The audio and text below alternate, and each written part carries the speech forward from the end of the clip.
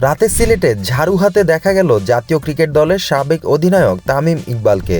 সিলেটের রাজপথে পরিচ্ছন্নতা অভিযানে অংশ নেন তিনি। পরিচ্ছন্নতা কর্মীদের সঙ্গে তার পাশাপাশি ঝাড়ু হাতে ছিলেন সিলেট সিটি কর্পোরেশনের মেয়র মোহাম্মদ আনোয়ারুজ্জামান চৌধুরী। শুক্রবার রাত 10টার পর তামিমকে নিয়ে রাজপথে নামেন সিসিক মেয়র। নগর ভবনের সামনে থেকে নাগরী চত্বর হয়ে সার্কিট হাউসের সম্মুখ সুরমাতির পর্যন্ত পরিচ্ছন্নতা অভিযানে অংশ নেন তিনি।